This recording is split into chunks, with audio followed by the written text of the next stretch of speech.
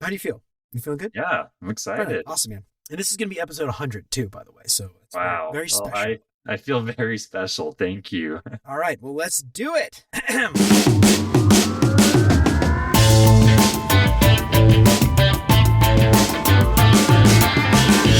What's up, UX fam? How's your mom and them? Welcome to another episode of Beyond UX Design. I'm Jeremy. If you're new here, welcome to the show. I am super stoked to have you. The Beyond UX Design shop is open. Head on over to beyonduxdesign.com/shop to pick up some big, beautiful art prints of some of my favorite UX and software related quotes, or pick up some digital downloads and print them yourself. Pick up your copy of Beyond UX Design, master your craft beyond pixels and prototypes. Get free shipping on all orders over $30 and use the code LISTENER to get 10% off your entire order. Head on over to beyonduxdesign.com/shop and get your print on. This week's episode is brought to you by Wix Studio. If you're thinking about redoing your portfolio or kicking off a new website project, listen up. I only have 30 seconds to tell you about Wix Studio, the web platform for agencies and enterprises. So here are a few things that you can do from start to finish in 30 seconds or less on Studio. You can adapt your designs for every device with responsive AI. You can jump seamlessly between front end and back end. You can speed up projects with an AI code assistant. You can start a design library, reuse full stack apps and UI components across multiple sites. Time's up, but the list keeps going. Step into Wix Studio and see for yourself. Head on over to beyonduxdesign.com/Wix to start creating today. This week's episode is brought to you by Backlog, a community of designers building their businesses together. If you've been dreaming of escaping the 9 to 5 and building your own business, Backlog is the community for you. Backlog brings together hungry designers turned entrepreneurs, all working to grow their freelance gigs, content, digital products, and design agencies. Join a network of like-minded folks sharing tactics, strategies, and systems to help you succeed. Head on over to beyonduxdesign.com/backlog and become part of a community that's building their businesses together. Don't wait. Find your path to independence with Backlog. And if you haven't done it already, please consider subscribing to the show wherever you listen to podcasts. And if you are a regular here and you feel like you're getting something out of the show, I would really appreciate you leaving a 5-star review. That'll help me out so much more than you know. And as always, thanks so much to Chris, Siraquan, Stacy, Radu, Megan, Andrew, John, Mark, Kevin, Jason, Michelle, and Marty for all their support. And if you want to join these fine folks and many others and help keep the show independent and ad-free, you'll get rough transcripts and exclusive access to the entire video library of episodes, including episodes before they're even released. And you can get instant access right now for as little as $5 a month. And for more information on how you can support the show and help more people find out about what we're doing, make sure to check out beyonduxdesign.com/support. And of course, if you think the show is worth sharing, then I would love it if you told your mom and them about it. So, if you're a junior designer, or not even a junior designer yet, you're trying to be a junior designer, you're even sub-junior, you got this weird catch-22.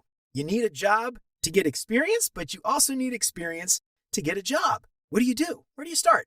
How do you even, I don't even know, I can't even wrap my head around that. I've got my good buddy Mitch Clements on today, and Mitch has been recently looking for interns on his team. He's going to provide some insights into what he was looking for and how he found the perfect intern for his team. So we're going to talk about that today. I'm really excited. Mitch is a senior product design manager at Encino, where he's built a design team from 2 to 30 designers, and he's helped the mortgage business unit grow from a startup to a $1.2 billion industry leader. Mitch, I hope you got a small fraction of that as a bonus for your help. And with a diverse career background as a developer, product manager, and designer, Mitch brings a unique perspective and leadership to product vision, strategy, storytelling, and building design teams. Mitch is deeply passionate about fostering the design community and regularly makes appearances as a speaker at design conferences and shares his thoughts regularly on LinkedIn. So if you're not following Mitch, go do that right now. Mitch enjoys speaking on a variety of topics, including helping designers level up in their careers, design leadership, and demonstrating the business value of design. Mitch, welcome to Beyond UX Design, episode 100. I am so excited to have you on as my 100th episode. I was going to say guest, but I haven't had 100 guests. But anyway, welcome to Beyond UX Design. I'm so excited to finally get you on the show. How's it going, man? It is going great. Thank you so much for that incredible intro. And it is such an Dude. honor to be here. I'll be honest, I haven't done any work to be the 100th guest, so that's really all on you. But I'm very honored to be here. Thank you. No, man, I'm excited to have you. I have been, you and I were talking about this. I've been wanting to have you on for forever. And I have this crazy backlog of episodes. And I was like, if I wait to ask Mitch, he's never going to come on. So I just need to get him on. And it happened to be 100. And I was like, you know what? I'm excited to have Mitch will be 100. I don't have any other ideas for like 100th episode. So this is it. I'm celebrating with you. So you're Well, I'm very excited to very be lucky to be here. here. I've been a long time listener. I love the show. I love Thanks, man. all the insights shared, and yeah, it's just an honor to be here. Thank you. Right on. Well, likewise, I have been following you for some time now. You're probably one of the first people I found on LinkedIn when I started taking LinkedIn more seriously, doing the content and stuff. So I've been following you for quite a while as well. So anyway, the feeling is mutual, Mitch. The feeling is mutual. All right, so I talked about the bio a little bit, but you have been hiring an intern recently and growing your design team, but specifically you were looking for some interns. And so I want to just talk a little bit about all that today, your experience, what you were looking for, what stood out, what didn't, maybe some pitfalls, things that people were doing. But before we get into that, Mitch, I'm excited to have you join us for a live event because I feel like this is going to be one of those topics where we're going to have thousands and thousands of questions. Maybe not that many. I don't think that many people even listen to the show. But we're going to have a lot of questions. So we're going to be hanging out, answering questions next week, October 25th at 11 Eastern. And you're going to be answering some questions. Why don't you tell everybody a little bit about maybe what you want people to ask about, some things that you want people to ask you before, and we'll set up an event. I'm going to have an events page, beyondUXdesign.com/events, where you can submit questions. Tell everybody listening what kind of things you want to answer. Yeah, really, I'm happy to answer any and all questions. I know these kind of topics of how do I break into UX design, product design, this is where I see the most questions, where I see the most passion and energy of how do I optimize my portfolio? Do I need a portfolio? How do I get experience without experience? How do I stand out? Any question is fair game, and I am excited and happy to answer any of them. Like many entry level designers, I was in your shoes one day. I was asking those same questions, trying to find those answers. I was in that looming state of, I don't know if I'm good enough. How do I do this? How do I navigate this? And those are the kinds of things I love mentoring and helping designers figure out. Right on. All right, cool. So make sure to check out beyonduxdesign.com/events. We'll have a link there with a form, and you can submit your questions early. If you get those questions in early, we can't guarantee that we'll answer the questions, but we'll do our best. Or you can ask the questions in the chat on live during the event as well. But check out beyondUXdesign.com/events and make sure to sign up and hang out with us on Friday, the 25th of October at 11 Eastern. So Mitch, I'm excited to have you do that. That's going to be a lot of fun. So tell us a little bit about you. I know I read that bio a little bit, but tell us a little bit about your journey. You've done some really interesting developer, product manager, design leader. We could probably talk for a long time just about that, but I'm curious, like that evolution seems really interesting. How'd you navigate that? Yes, my career journey has been anything but linear. As you mentioned, I've been a developer, I've been a product manager, I've been a designer. But I started my career as a developer, an engineer. I was getting a bachelor's degree in computer science at my university. Halfway through, I discovered this thing called UX, got really excited about it, very passionate about it. But it wasn't a major at my university. And back then, there weren't nearly as many boot camps or certificates as there are today. And so I wasn't even sure if it was a real job. I thought it was just like a skill set that front end Yeah. engineers needed to have, or you needed to like be a graphic designer, or one or the other. And so I started an internship as a mobile Android developer at a small basement startup. I was employee number 17 at this little company in a basement, and that company had a UX consultant. And I was so excited, like meeting a real live UX designer in the flesh. And I wanted to be involved as much as possible in their work. So I was trying to be super diligent, get all my coding work done every day so I could go help this UX designer with research, with wireframing, with visual design, because the usability and the user experience of our product really lacked. And so it was exciting to be able to make an impact that way. Well, by the end of this internship, I was actually doing more UX design work than actual coding, what I was hired for. And by the end of the internship, they offered me a full time job as a software developer. And I countered the offer. I asked for a full time role as a UX designer, Oh, which I was wow. Okay. terrified. Like, can I even do that as an intern? Yeah. I'd been given this job opportunity on a silver platter, and I was so nervous, but I just knew by the end, like, that's what I was passionate about. And they said yes. Nice, man. And so I started my career as a designer. Partway through, I became a product manager. I got really passionate about the why. Why are we prioritizing what we're prioritizing?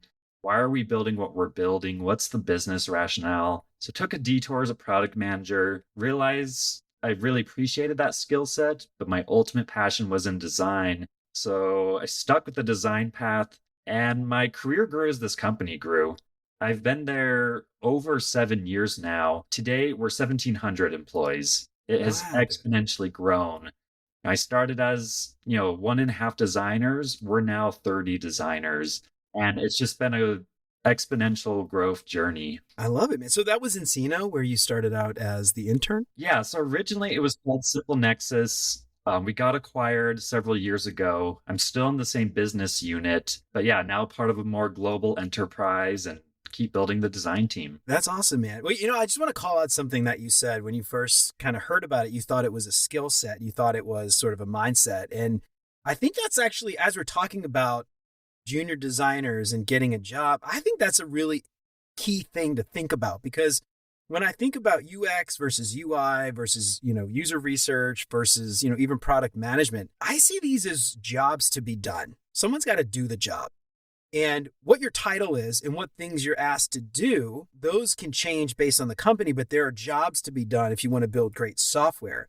And so I do see that as sort of it's a mindset. And it's interesting because you've done this. You've, software engineer, UX, product manager, now, design leader.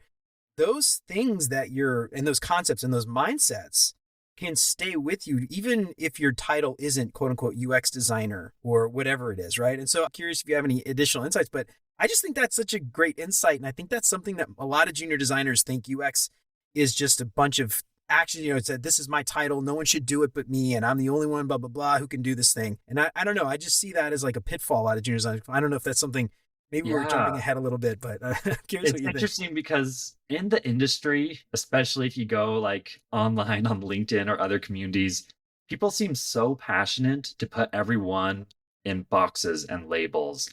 Like, oh, you're a UX designer. That means you can't do the UI Right. design. Exactly. Or, oh, you're a product manager. That means you can't talk to users and do research, which is mind boggling to me. Like, and I get it. There's some concerns there of, someone who's not good in a skill set, if they're doing research, they might be doing bias research. Like, there are some valid arguments, but I do take a very fluid mindset of, if you learn about each of these disciplines, that's going to make you better no matter what you do. You're going to be a better collaborator.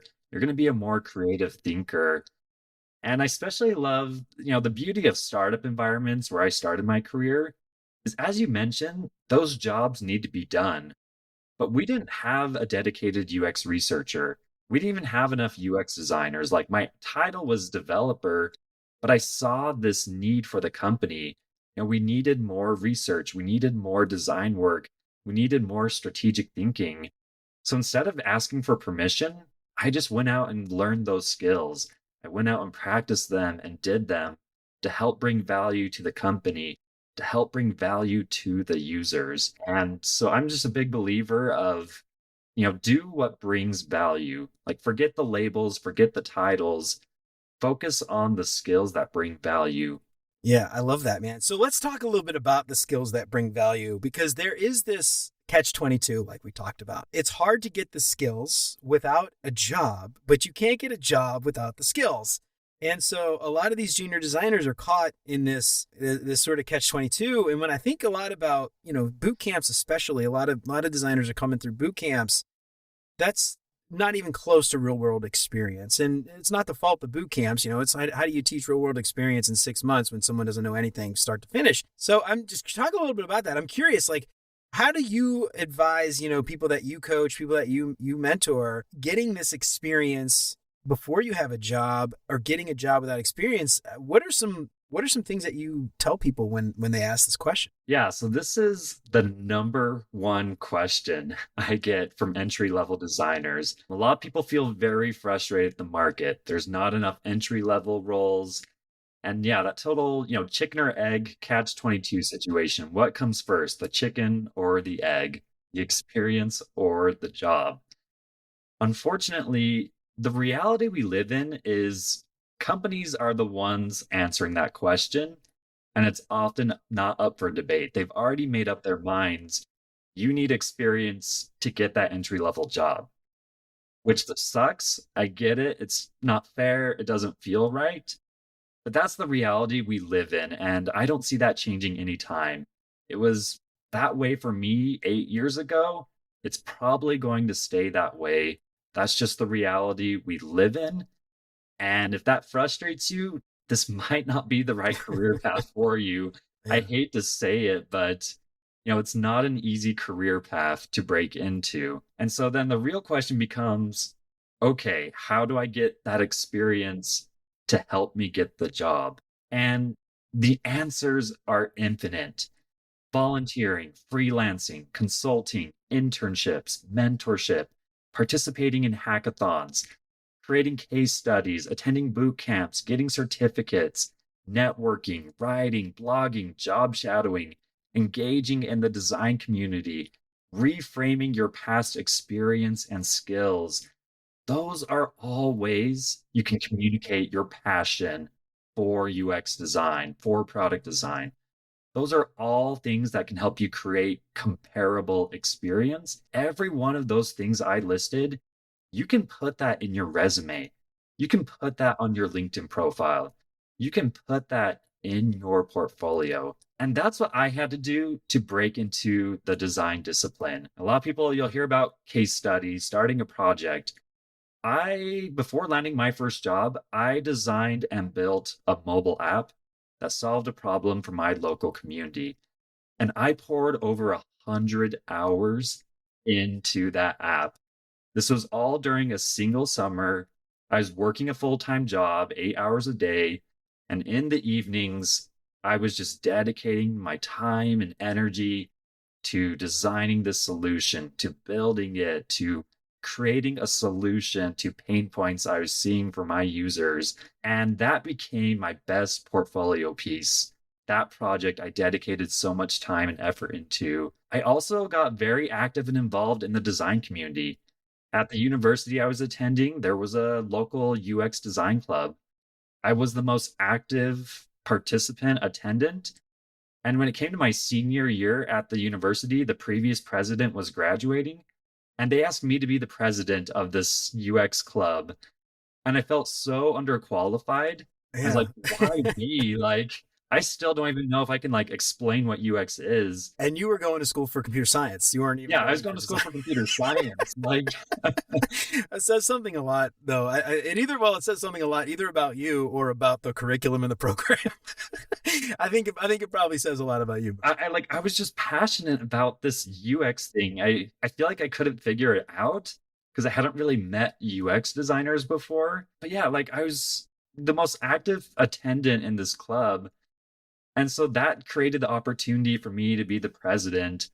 And that looked really good on my resume. I won't lie. Like to be able to say in interviews, yeah, I was the president of the UX Design Association. I was also very active in my local design community. I started with that internship. Just all these things were opportunities I created myself. Like no one asked me to create that mobile app. No one asked me to be involved in the design community.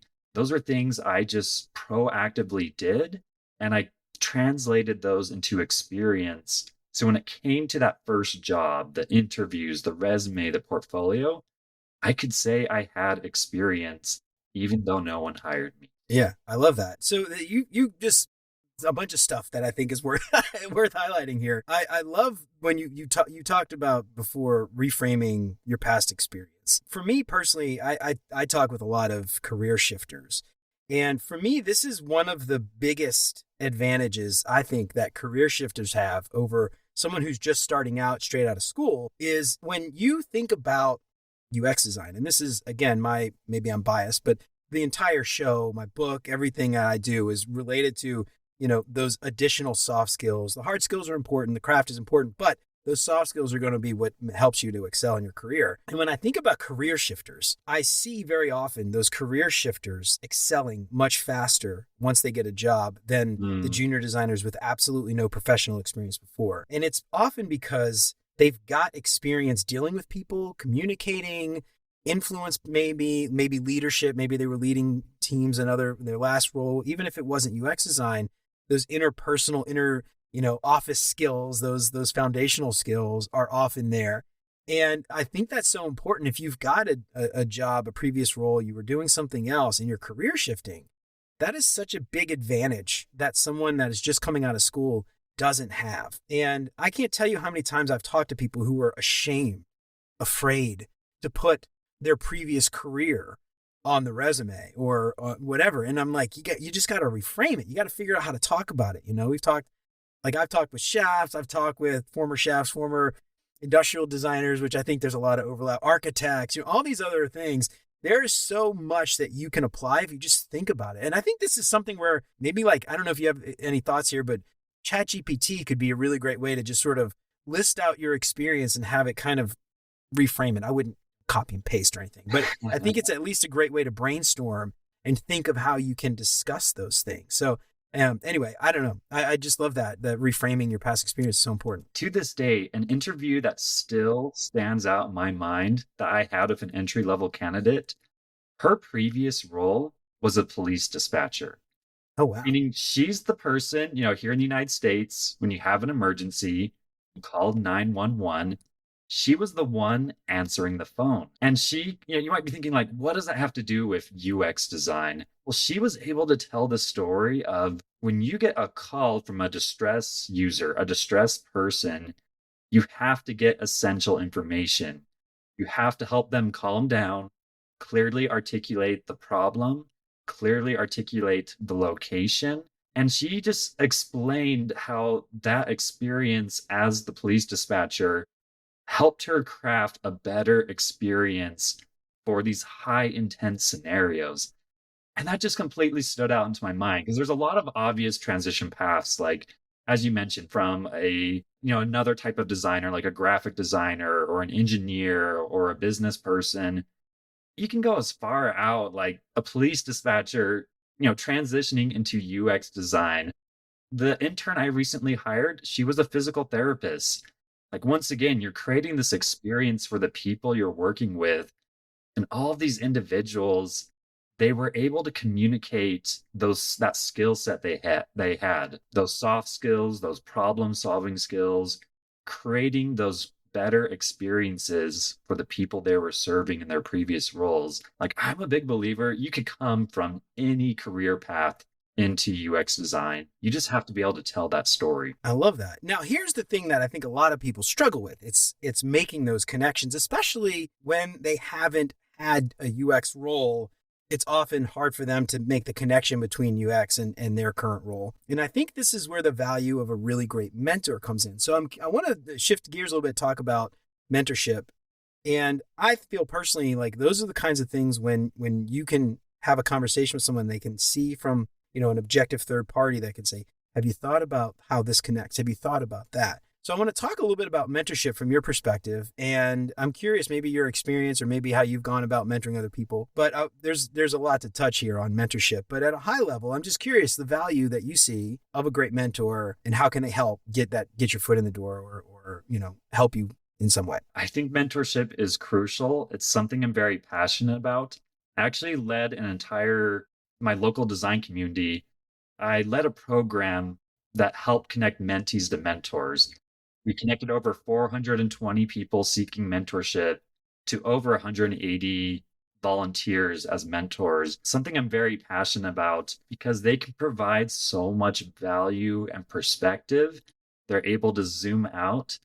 And one of the most interesting things I've discovered, a lot of times when people think, like, I need a mentor, they're often thinking of someone who's, a decade into their career, a design manager, a VP of design, some design leader. I've actually found some of the best mentors are someone who's just a few years ahead of you. Because the reality is, like, the market we're in today is so different than when I first became a designer. And people that are in these like elevated titles and positions and levels and deep into their career, they start to get so deep into that it's hard for them to remember and relate to those experiences when they were first joining. And so there can just be so much value of just talking to people who've already landed that first job, hearing about their experience, getting their wisdom and guidance. There's just incredible opportunity. The second thing I'll add is I was talking about formal mentorship, like I'm a mentee, you're my mentor, let's connect. The reality is 90% of my mentors don't know they were my mentor. Right, right, They were just exactly. people Yeah. that I identified and followed. I sought out. Maybe I messaged them and asked a question. Some of them I've never even talked to face or in written communication. Like they don't even know I exist. And I just follow them, their journey, and they've inspired me. They've helped me identify a way forward through my career. And so the opportunities for mentorship are so abundant and it's so valuable having that guidance. Yeah, I love that you call that out. And this is something that like I struggle with too. I used to be on ADP list and I was on there for a long time. Mm, And I ended up not doing it anymore only because I just didn't have the time for it. But something that and this is not to fault ADP list. I don't think this is their fault specifically, but I think a lot of people will just default to a platform like that because it's easy. I can quickly search, I can book through there, and I can schedule a 30-minute call with somebody. And they'll say, "Oh, I checked the box, I got my mentor." But like you said, the most valuable mentors that I've had in my life as well have been people that I've met. They might not even have been designers. They could have just been other people that I work with, other people that I yeah. know personally. It could be somebody I've met through a meetup or something, but that is such a valuable thing. And like, it's such a weird kind of dynamic too. Will you be my mentor? Like, Yeah. it's just like, I don't know. I just find that those conversations that you have, those one-off ad hoc kind of things on a platform like ADP list, to me, they're good maybe to get insights here and there, but I don't think that's a replacement for what I would consider capital M mentors, like, the people that you're talking about that probably wouldn't even really know, like, oh, I'm the mentor, whatever. They're just friends. They're just people that you know. So I don't know. I just think that's worth calling out. It is the easy path to go on ADP list and find somebody. But I've seen so many people actually get to a point where they'll schedule so many meetings at ADP list. And of course, every designer has a different opinion. So they'll ask them about something like portfolio. They'll get 10, talk to 10 people and get 11 different opinions on what their portfolio should look like. And then they get confused and then they don't move forward because they're stuck. They get paralysis of choice or whatever, you're right. And so I don't know. That's just something I've seen so many people do, The danger of you those know? platforms, like they are incredible resources. Like ADP list did not exist when I started. I had had access to that. That would have been a game changer for me. That being said, like it can be very transactional because it's like, I'm the mentee, you're the mentor. Tell me what to do in 30 minutes. But yeah, to your point, like the most quality mentorship I found is through networking, relationships with others. And if I could give one piece of advice to designers, don't just message strangers and ask, will you be my mentor? Yeah. Like I've received those messages so many times on LinkedIn, and it's the most intimidating thing because it's like, I have no idea how you're defining mentor in this context. Like, are you expecting me to set aside 5 hours of every week to like sit down with you? Like, it's just so ambiguous. A much better way is just, reach out to someone and say, "Hey, I saw your post about this, or I saw you speak at an event on this date." Make a connection. Like something you said really stood out to me. I have a follow-up question. Ask the question. Like that right there is getting mentorship. It's far more natural. It's far more comfortable. They're far more likely to respond, and then you're just going to start networking. You're going to start building a relationship. You're going to start receiving mentorship, even though they don't know you're thinking of them as a mentor. So I love that you called out networking because that was actually, it leads me into the next section I want to talk about, which is for junior designers who don't have experience, the value of networking to help them land a role or make connections to at least get an interview or get their foot in the door. So you brought up, the random DMs on LinkedIn, which I think is funny when people, because I've had this happen actually several times on LinkedIn where I get a random email from or in a LinkedIn message from somebody, and it turns out that it was an assignment for their boot camp to quote unquote network on LinkedIn. Nice. And I just find I'm like, God, this boot camp is just sending you down the wrong path. This is such the wrong way to go about networking. But talk to me a little bit about networking. Like, what does that actually mean to you? Because a lot of people just assume networking, going on LinkedIn or networking, I have to go to a happy hour and put on a name tag and awkward conversations for 45 minutes before I go home. What does networking mean to you? And what advice do you give junior designers when it comes to networking? You mentioned the LinkedIn bit, but what else is there? Yeah. So early in my career, like networking was the scariest thing to me. 'Cause I didn't know what it meant. And to your point, I thought it was like going to a conference and awkwardly like going up to someone, shaking their hand, making a 30-second pitch, and then like, oh, what do I say next? And a lot of people don't know this, but I'm actually very much an introvert. Casual conversation, meeting people, I have to put so much energy and effort into that. I do it because it's important. I put myself out of my comfort zone. But something I've learned over the years is a lot of people think about networking of going out and trying to get value from other people, like going people and asking them questions, asking them to be your mentor. But I've flipped that paradigm in my head. I've changed networking in my head to be more about what can I give to others? And so I mentioned early on, like I was a very active participant in local design communities, one in my state, one at my university. I was constantly attending both of them. And I ended up becoming a volunteer in both of them. I was the president of my university's BYU UX club. I also became a volunteer to help create a mentorship program for another local design community.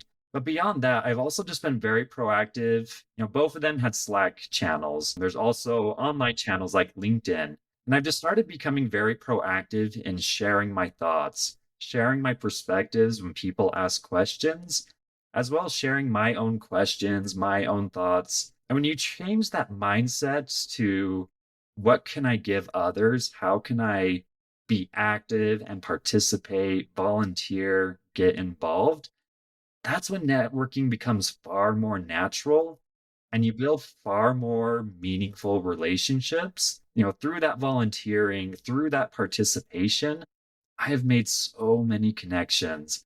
And not just, not the sense of like LinkedIn, oh, I connected with a person, we're a connection, but like actual, I know their face, I know their name.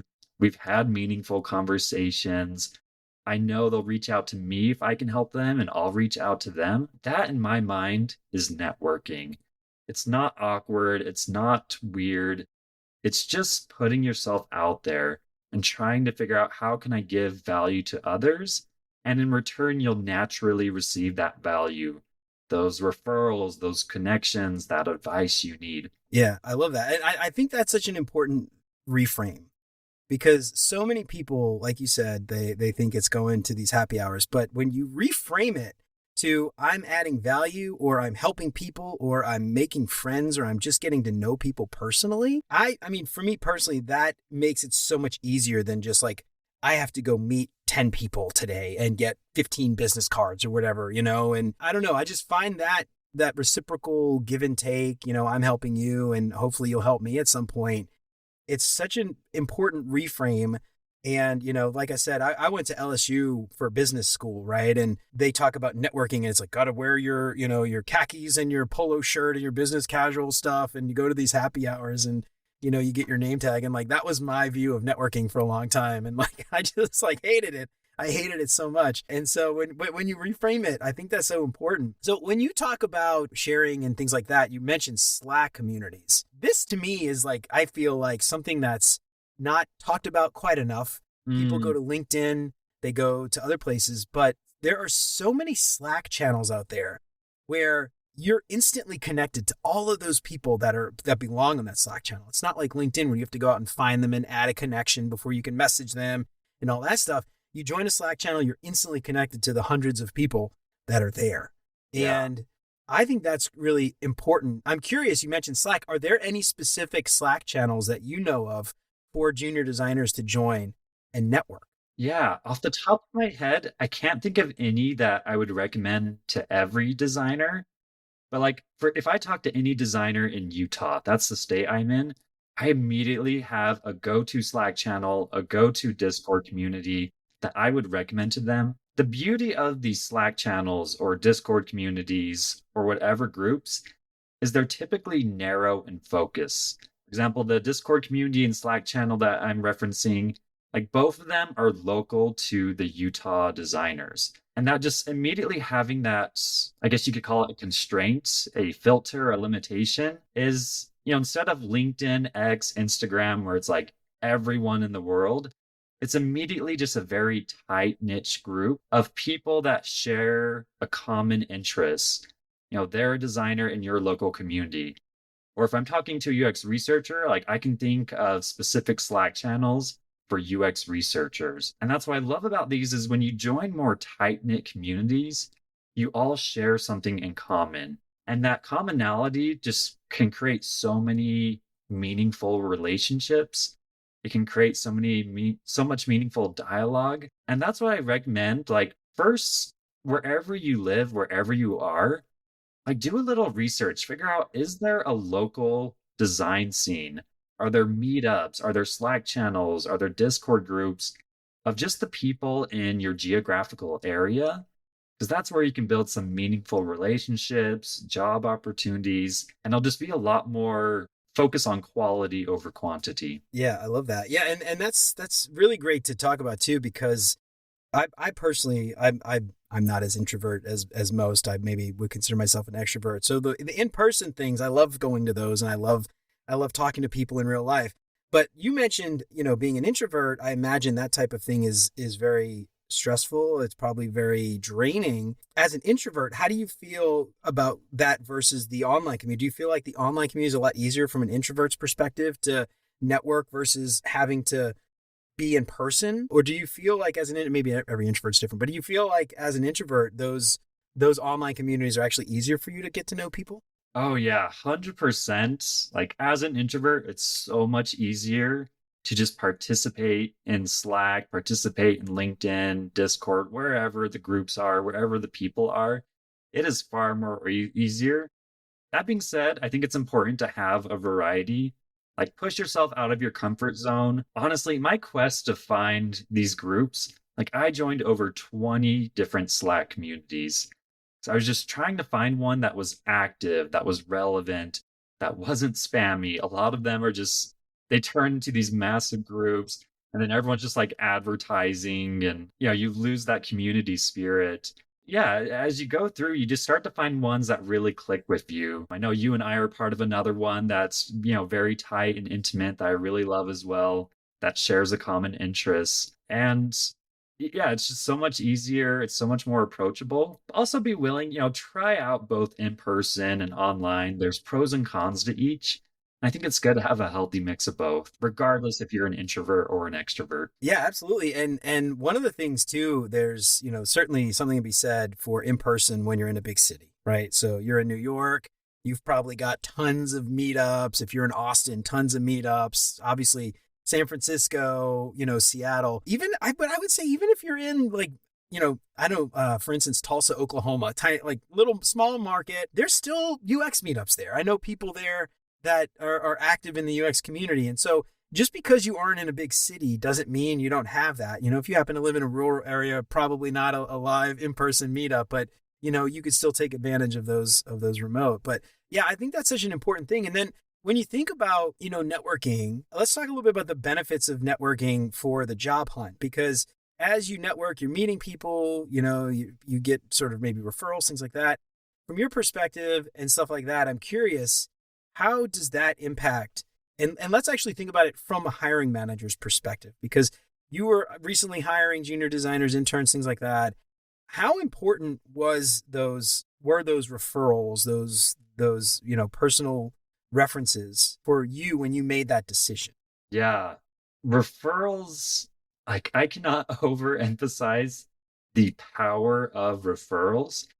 Anytime my team gets a referral, we make sure we look at it very closely because usually it's coming from an internal employee or someone I trust, and they are vouching for an individual, which immediately just passes so many filters of, okay, I know this is someone that someone else can vouch for. I know they're human and not a robot. And I want to do my due diligence So I can confidently tell that person yes or no. To the person that's referring that person, I want to make sure I, live at the end of the relationship. That's not saying like we still look at every single resume, every single portfolio when people apply, but we'll always start with the referrals. We'll always, we'll follow up with that person like, well, why are you referring to this person? Can you give me a little more background? Because those testimonials, those, that insider perspective is so valuable when you're evaluating 500 strangers applying to your role. And so there is tremendous value from that. Yeah, I love that. Yeah, and I actually know that there are certain incentives as well for getting a referral, depending on the company. Not every company does this. My old company, for instance, I would get $1,000 if that person that I referred got a job. So there's an incentive there for me to send a referral. But also, too, I mean, they have to get the job. But then also, too, there are other companies where there's an incentive for the applicant, where I know of several where you're essentially guaranteed a phone screen at the very least, right? Which is more than I think most people who just submit a random cold application on LinkedIn ever get. And so I think that's something to think about. And I'm curious, when you thinking about this, I don't know if you can get into specifics, but the recent roles that you hired for, can you talk a little bit about the numbers of applicants that you received? And I know you mentioned you looked through all of the resumes. I'm just curious how, thinking about, let's actually think about the junior designers. You probably got a lot of applicants, I'm assuming. Is that accurate to say? Yes, I can give you the number 402. That's how Holy crap. many people applied to our summer internship role. And that was one internship or multiple? A single A internship role. single one. Okay. I think that's pretty common. Would you agree? Like Yes. even just across the board, I've heard of similar numbers and maybe even higher for other junior and maybe senior designer roles. So I'm curious, when you think about these designers who have no personal or professional experience, what are some ways that you as a hiring manager look to the case studies, portfolios to evaluate whether or not this person is worth talking to further? That is a crucial question because I see so many people, they're frustrated by, it was rejected and I didn't even have the opportunity to have a dialogue. And I think everyone agrees, like, one of the most successful ways to evaluate someone is through a dialogue, through a conversation.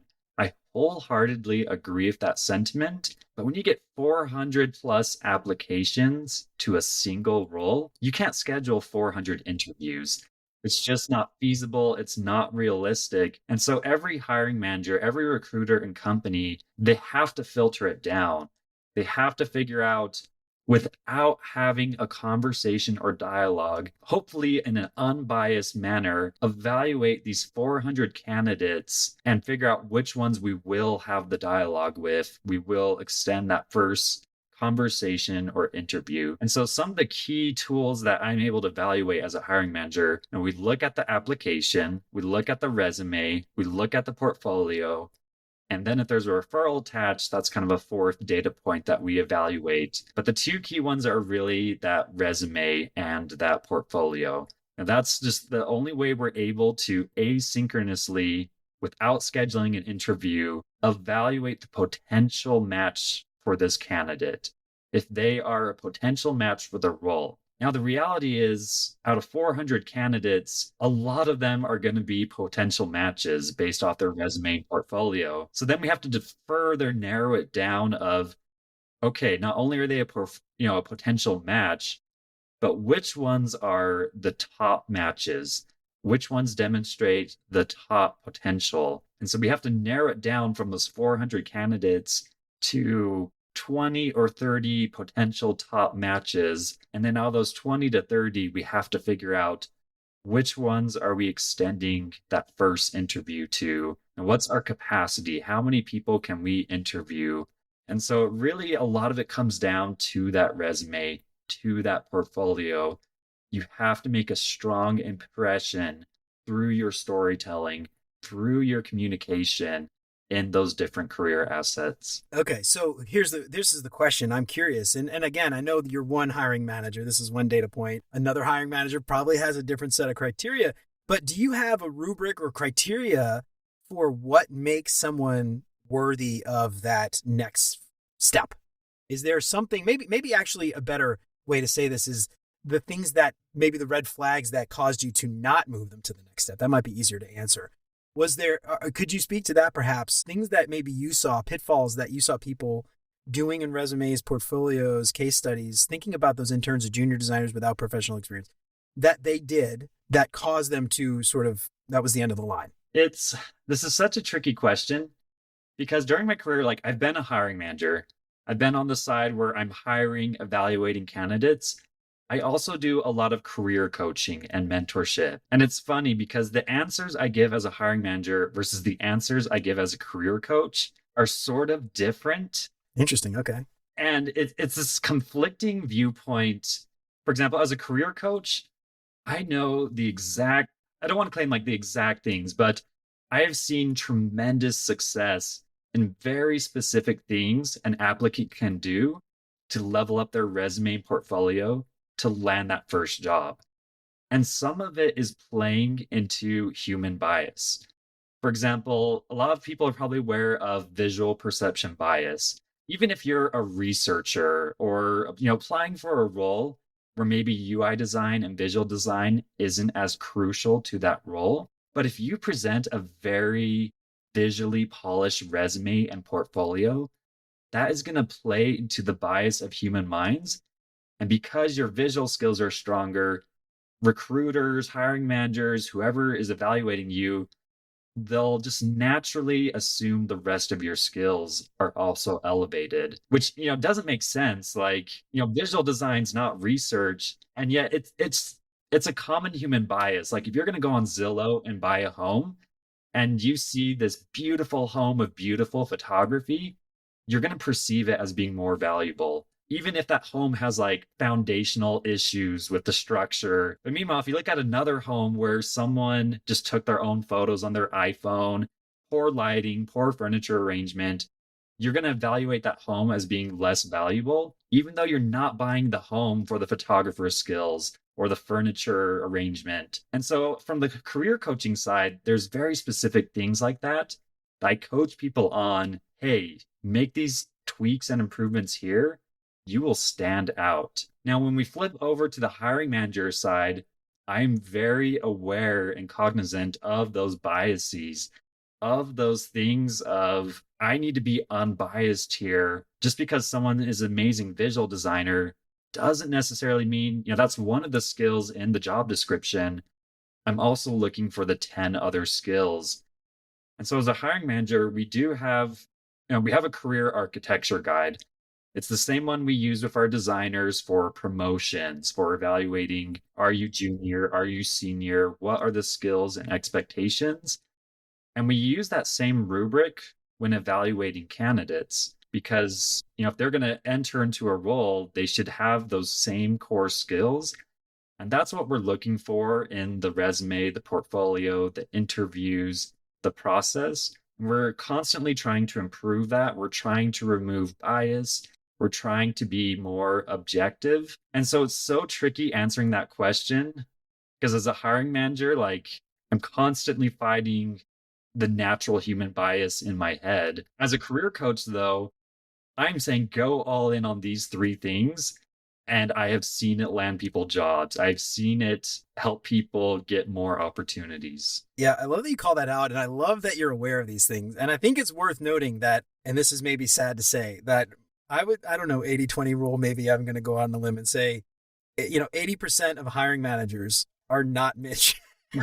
And they are not debiasing, and they don't have these career architecture guides, which I love that you guys have, by the way. That's got to be really nice for people to help plan their career. But I would say, like, to your point, if we're giving general advice, there's a reason why we say don't judge a book by its cover. Is because people always tend to judge a book by its cover. And so, if you're going to be hiring or if you're going to be applying and trying to get a job, and you have to be aware that people will absolutely, without a doubt, be judging you on criteria that isn't necessarily fair. And I think that's really important to highlight. And I think it's worth noting as well that when it comes to things like portfolios, maybe even resumes, there is no shame in finding a template that looks nice and using that. Yeah. You're not getting a job to design websites and resumes. You were getting a job to do UX work, which is not the same. There is no reason to start from scratch. And I would say, and Adam, maybe you've seen this. I'm curious what your thoughts are. I'm amazed by the amount of people who feel like they can't start off with a template and then customize it and modify it. And the ones that don't, it is painfully obvious that they have attempted to, and especially as a junior designer with no experience, it is Yeah. painfully obvious that they have started from scratch because they were quote unquote trying to be original. And I'm curious, is that something you've seen? Is that something that you've noticed? That is absolutely something I have seen. And when I coach people, that's what I often tell them. Like, we live in a day and age where it's never been easier to create a professional, polished website without knowing how to code. Like, I remember when I first entered the industry, I was agonizing, am I going to code this myself? Or am I going to be stuck with one of these template tools that I can't fully customize and own? But there are so many tools today like Wix Studio, like Yeah. Framer. Shout out to Wix, sponsor Wix. Yes, like Sorry. they are fantastic tools. They've made it so easy. Both of them, you can import Figma files and use that as a base for your designs, make it responsive. But both of them also have all these incredible templates that you can use as a baseline, and you can very quickly have a polished presence. And then what really matters is, the danger of templates is people start to kind of fall in these like cookie cutter portfolios. Right, right. They're like, okay, the template dictates it this way, and now I'm going to copy what everyone else is doing. It's like, use the templates as a baseline, but what that won't replace is your unique value proposition, your storytelling. Like, don't use the lorem ipsum text in those Yes. templates. Okay. So to reframe my advice, use the templates for line height, typography rules, letter spacing, spacing in general, maybe colors, things like that.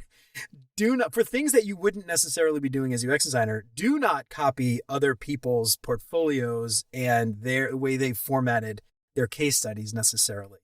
What I mean, and I'm glad you pointed this out, is use the template for the visual design Yes. aspect, the typography, colors, spacing, things like that.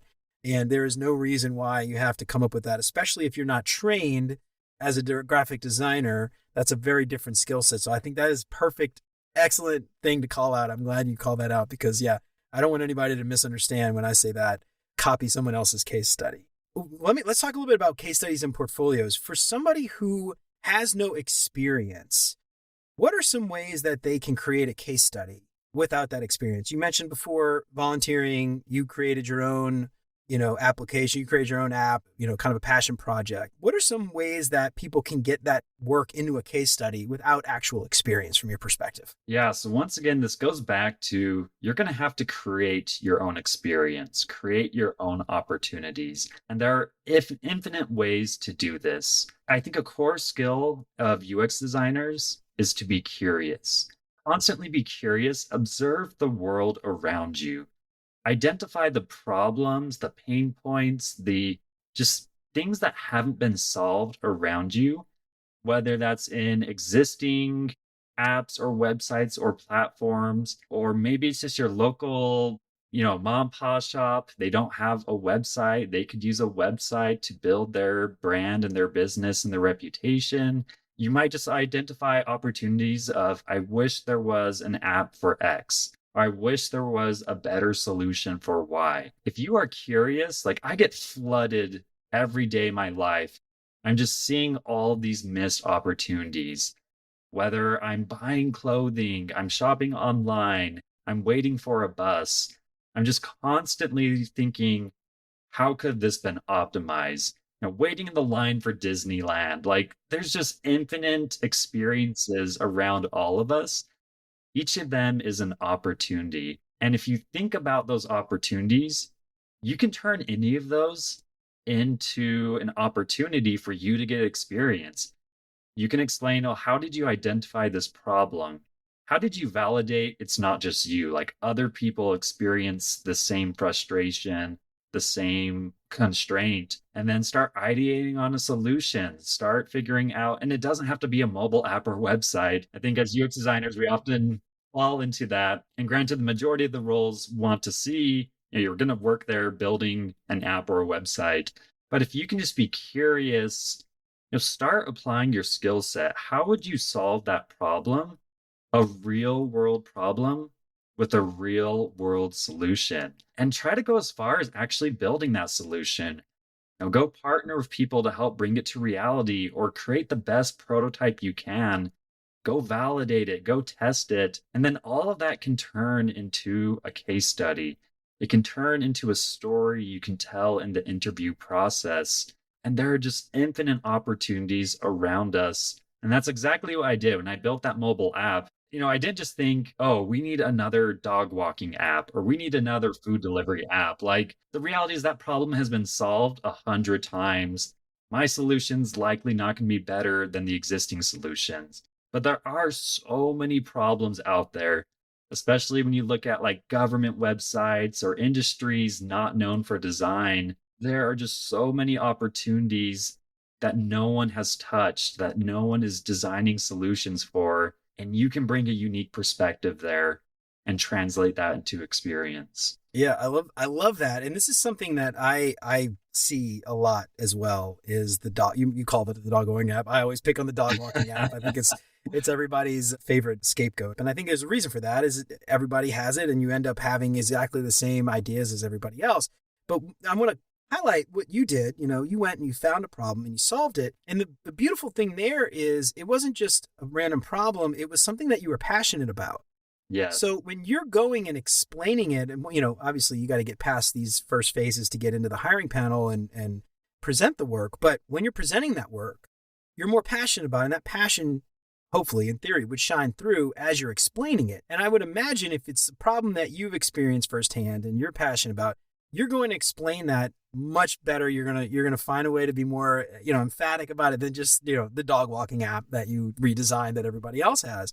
And so, I think that's something really interesting is thinking about things that you're passionate about, solving that. The other thing that the pitfall that I often see with a lot of these people with zero experience, they make up a problem. The problem comes into when they go to come up with the solution to actually implement it. There are no constraints essentially. So, they're designing blue sky, anything is possible when in reality, that comes into this real world experience. So how do you get this real world experience? But working with engineers, understanding constraints. We didn't have the budget. We didn't have the time. We didn't have the resources, whatever it was. We couldn't do, that amazing thing that you could do. But, in a real world scenario, you could. And I'm curious, is there a way for a person with no experience to think through these things so that they aren't designing I don't know, teleporters from Star Trek or something. Oh, we just teleport there. Yeah, we solved the problem. But, obviously you can't do that. So I'm curious, is there some way that you have helped guide junior designers or these hopeful designers to not fall for that trap? Yeah, my biggest recommendation is take on the entrepreneurial mindset. A lot of people love the show Shark Tank, where these entrepreneurs, most of them, it starts as a hobby. They realize there's a business opportunity. Other people have the same problem. They go pitch this solution to people. They explain the problem, the solution, ask them to invest in it. Like, you don't have to go that far, but to your point, try to apply actual constraints. For example, far too often, the other one than dog walking apps, like people redesign food delivery apps to say, oh, look at this amazing food delivery app. The immediate question that goes in my mind as a hiring manager is how are you going to convince all those restaurants to put their services on your app? Like, where's that data coming from? You designed a nice looking UI, a user interface, but I still feel like you haven't solved the problem though. Like, are you just going to walk into McDonald's and every restaurant and say, hey, you should partner in my app and like put your details in here and be compatible with this? Like, that is the real challenge. That's the real problem. And that's going to be incredibly difficult to solve unless you're Uber or DoorDash or Uber Eats, whatever. Really think through, how am I going to solve this comprehensive problem? The ecosystem. how do I convince people and vendors and users to adopt the solution? It's that thinking process that I want to see as a hiring manager. You didn't just talk to some people, oh, they have a problem. I went in Figma, designed a user interface. This is the solution. Like, I want to know how, no, like, that's just one piece of the solution. That's the tip of the iceberg. How are you solving beneath the iceberg? The deeper problem, the systems, the people, how are you going to approach and solve that? That's what I want to see. And that's the mindset I think these early career designers need to apply, because no matter where you go, that business is going to have constraints.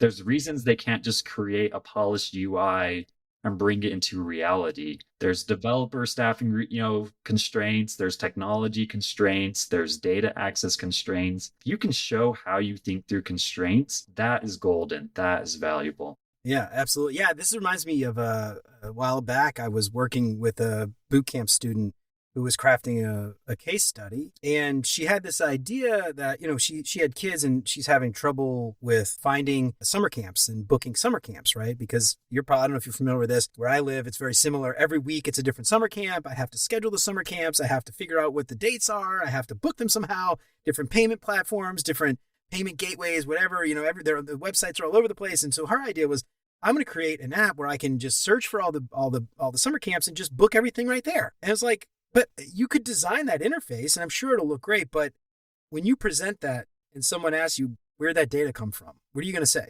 The answer is there is no data. There is no API. And most of these are little mom and pop summer camps. So, instead of doing that, what if you created this other thing? What if you had resources with reviews and community driven reviews and photos and things like that?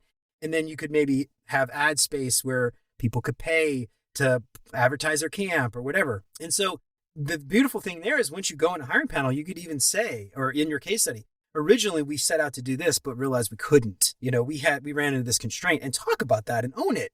And then that helps drive your next decision. And I think that's the thing that, a lot of junior designers or these, pre-junior designers fall into, assuming I'm just going to design the interface and that's UX. That's certainly part of it, but you're missing the whole part of it that makes the app actually useful to begin with. So I love that you call that out. And I think that's a wonderful example of how to think about constraints so that when you are presenting your work, you're not like this naive little like bushy eyed, like, oh, it's just a beautiful interface, but whatever. And the hiring panel's like, this is ridiculous. Like there's no way this would have been built. You're silly to even have suggested it. So anyway, I love that. All right, Mitch, so we've had you for a little while. Before we get out of here, I got some questions that I like to ask all my guests to help our listeners get to know our guests a little bit better.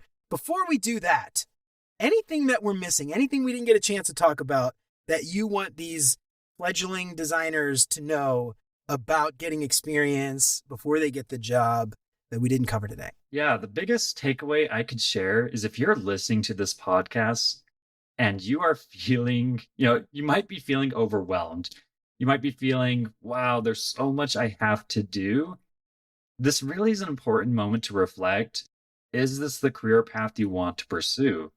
It's not easy. It's not I go to the boot camp, I get my certificate, I get the job. It's not a checklist path. It's going to take a lot of energy, a lot of dedication, and some risk. Now, if you are passionate about UX design, you're passionate about the discipline, the skill set, the problem solving, the collaboration, then instead of seeing this as intimidating, you're probably going to see this of like, okay, I'm going to channel this passion and energy into doing that.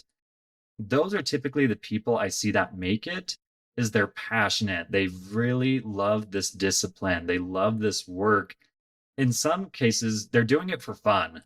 Like when I was building that 100-hour app project, 100 hours is a lot of time, but I enjoyed that 100 hours. I was having fun. It was fulfilling, and that will propel you forward. It is going to be a grind if you're not truly passionate. And I'm not saying you can't make it if you're not passionate, but once again, it is difficult to break into. So you need that motivation. You need that energy and desire, and that will pull you through. So it's really important to just kind of take a step back and really evaluate, am I committed? Because if you're going to be casual about this, it's going to be really challenging to stand out to those 400 other people applying for the same role. I love it. And you called out something a couple times while we were talking. I think it's worth just highlighting one more time at the end is you've got to own your career. You've got to Yes. figure out what you need to do to get the experience or show the experience or tell the story about the experience, whatever it is. Nobody is going to do that for you. And you cannot rely on a mentor, friends, colleagues, whatever, at any stage in your career, whether you're just starting out or you're an executive. You have got to own your career and Yep. be responsible for yourself. And nobody is going to do that for you. I think you called that out, and I want to re-highlight that because I think that is so important. All right, Mitch. So like I said, we've got those questions. We're going to ask, help everybody get to know you a little bit better. But before we do that, let's give our live event one more plug. That's Friday, October 25th, 11 Eastern. We're going to be hanging out on LinkedIn and YouTube. You can check out beyonduxdesign.com/events for all the proper links. But before we hop into those questions, what's some things that you want people to bring up, some questions you want them to submit ahead of time? What are some things you want to talk about? Yeah, I'm happy to talk about anything related to helping people get that first job in their career. We can talk about resumes, we can talk about portfolios. I know we've already talked about networking, mentorship on the show, how to get experience. I found with these high level subjects, there's often a lot of, well, what about my scenario? What about this scenario? What I'm a about unique snowflake. MBA? Yes. And so there's a lot of specifics to talk through. I'm happy to go through all of those. I'll admit, I feel like it's rare to find like unique new questions because everyone has the same questions all the time. But if you do think you have a unique one, like happy to chat through it. I'm here to help you. Awesome. Well, the beautiful thing about these young designers, Mitch, is they often don't bother Googling it first. So the chances are good they haven't found out a question before. So we'll probably get a ton of questions. But, we do need to fill an hour. So if you have questions, submit those questions, beyonduxdesign.com/events, and we'll get those questions answered. All right, Mitch, are you ready to answer some silly little questions? Absolutely. Let's do it. First thing that comes to your mind, you don't have to think too hard about it. First up, what is your favorite non-design book? This is going to be a funny answer, but I'm going to say Goodnight Gorilla. It's a children's book I read with my 2-year-old almost every night. Is the silliest little book, but my little girl loves it. She giggles every time. So I'm just going to throw that out there. Goodnight Gorilla. Do you do like the voices? Do you do character voices when you're reading to your kids? There's really not that many voices in the book. It's a lot of it is in the art. Like every page has a hidden banana peel. Oh, awesome. Oh, My little that's fun. girl's like, Yeah. banana. Oh man, I love reading like books to my kids. My kids are 6 and 8, so we're past like, Yeah. some of the kids' books. But I used to love reading like Dr. Seuss and stuff. With like just I like do make the getting sound into character. effects in there and things, so that's Yeah, always dude. fun. And Oh, I he love it. turns the pages. So that's my favorite non-design book right now. I love it, dude. Yeah, one I used to love was like Fox and Socks, and it's like just crazy rhyming. It's like a tongue twister. It's like really hard to read. I love it. All right, what is your favorite non-design podcast? Ooh, non-design podcasts. Not Beyond UX. No. I'm gonna say Shift Your Day Job by Brittany Cates. So Brittany is one of my designers. She started Oh, wow. as an intern, went full time. She's an incredible designer. Her podcast is actually targeted towards women who kind of similar to what we've been talking to, shift their career, make a career transition. So I'm not even the primary audience for that podcast. I have the privilege of being on a UX team where more than 2/3 of the members are women. Wow, that's awesome. And that's rare to find in the tech industry. Like these are all incredible and remarkable women. And a lot of them have been interviewed on this podcast as well as others. Each has such an incredible story, incredible challenges in their journey. It's not necessarily about, some of them did transition to UX design, but others have made other career transitions. I think it's so inspiring the journey that minority groups go through or that women in tech go through. So even though I'm not the target audience, it is just so inspiring listening to those stories. Right on. I love that, man. I've never heard of her podcast, but I definitely will check it out, and I'm happy to promote it. Shift Your Day Job. Check it out wherever you listen to podcasts, I assume. That's awesome, man. I'm going to have to check it out. All right. What is your favorite meal? This could be something you've cooked, something your grandma used to cook, something you had at a restaurant. I'll say my wife's chicken Alfredo pasta bake. Ooh, Like that is number one. A close number two is homemade pizza pretzels. Those Ooh, are just pizza pretzels. What is that? yeah, kind of imagine like a calzone or a breadstick, like with pizza dough, and then you Uh-huh. stuff the inside with your pizza toppings, your tomato sauce, your pepperoni, your olive, Oh, okay. and then she takes it and twists it into the shape of a pretzel and puts it in the Wow, oven. okay. I That is so love cool. it. So it's like rolled. So it's like flat. You roll it into a tube essentially, and then flip it like a pretzel. Yep, just That like is so that, cool. I've never and heard of that before. it's taken a while to perfect, but she does an amazing job, Oh so my God. I have to check that out. Did she make that up or did she find a recipe? I've never heard of that before. one random night, like early when we were like newlyweds, one random night's like, you know what sounds really good? Pizza pretzels.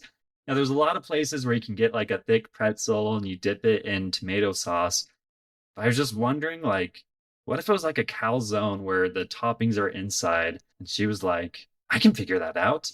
I love So it. did some Googling, did some experimentation, but it's become a personal favorite. I've never heard of that before. I love it. I love that, dude. All right. So what is your favorite vacation spot? Say most consistent one for my family. We have a family cabin up in the woods Ooh, near here, Heber, Utah. It's a beautiful place, an introvert's paradise, just out in the woods, away from everyone and everything. Just a beautiful place to go retreat to and relax. dude. Oh, that's so cool. Is that like a family cabin or do you guys have Yeah, like it's a just your own? family Oh, okay. cabin, so feel very blessed and lucky to have Yeah, that dude. opportunity. Oh man. I love that. Yeah, my family does not have any cabins or vacation properties. Like next not reincarnated. I'm coming back with like a family that has like some kind of vacation property. All right. What is your favorite design tool that is not Figma? Good question. Off the top, can I choose two? Yeah, sure, why not? It's my show. I do what I want. What comes to top of mind is first, I am a huge fan of Framer. It really has, it's just an amazing tool. Essentially is Figma, but you can publish a website. And it has just enabled me to create so many incredible websites and experiences. And so that is my favorite design tool. If I were to pick a non-design tool, I'm going to say Notion. Oh, I yeah. started adopting Notion maybe towards the beginning of this year, and my whole life is moving into Notion. From the sushi I order to my one-on-ones with designers, it is just my whole life is elevated and organized now. I love it, dude. I use Notion for like all of my stuff too, and it's amazing. I just love that it's like a database. I can query things, I can mix and match and rearrange views. I use it for Beyond UX. I use it for my Cognition catalog. I use it for work. I use it for like all this stuff. Notion is an amazing tool. Cool.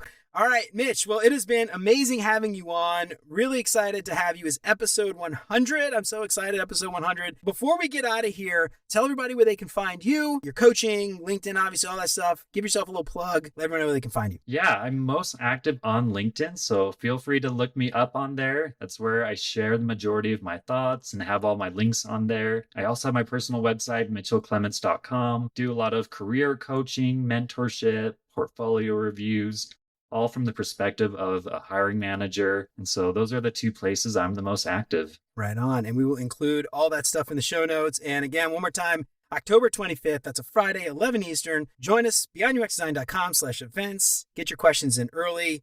Join us on LinkedIn and YouTube. It's going to be a dang old hoot. Mitch, thank you so much for coming on. I really appreciate it, man. Absolutely. Thank you. Well, all right, y'all. That's it from Mitch and me for today. I hope we helped to shed a little bit of light on the entry-level paradox. Mitch dropped a lot of nuggets about how you might be able to get some experience to put on your resume before you land your first job.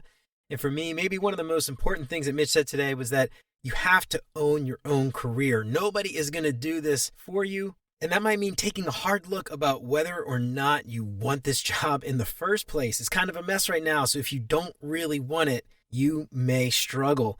But I'm curious, if you've overcome the entry-level paradox, were you able to land that first job without experience? How did you manage to do it? Let me know what you think on LinkedIn or shoot me an email at hello@beyonduxdesign.com. I'd love to hear from you. If you like what you heard today, don't forget to subscribe wherever you listen to podcasts. And if you feel like you're getting something out of the show, I would really appreciate you leaving a 5-star review. That would help me out so much more than you know. And if you know somebody who might find any of this stuff useful, then why don't you tell them about it? That would be fantastic. Don't forget to check out the Beyond UX Design shop. Head on over to beyonduxdesign.com/shop to pick up some big, beautiful UX theme art prints and digital downloads you can print yourself. Get free shipping on all orders over $30 and use the code LISTENER to get 10% off your entire order. Head on over to beyonduxdesign.com/shop to get your print on. If you've been sitting on building your new website, Wix Studio can help get you there faster. Wix Studio is a powerful platform that lets you create and manage websites easily. And with Wix Studio, you can quickly adapt designs for every device, reuse assets, and my favorite, export from Figma, and much more. Check out beyonduxdesign.com/Wix to start creating today.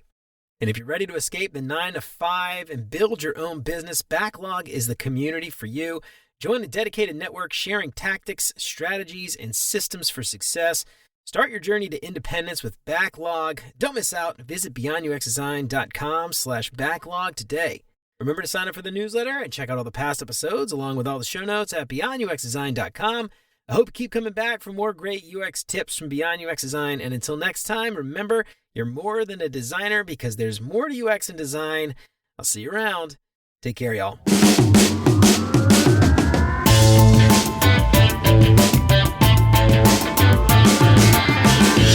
October 25th will be a Friday, so... Oh, what'd I say? I think you said Thursday. Just wanted to make sure people aren't confused there. Let me fix that. This is the beauty of post-production.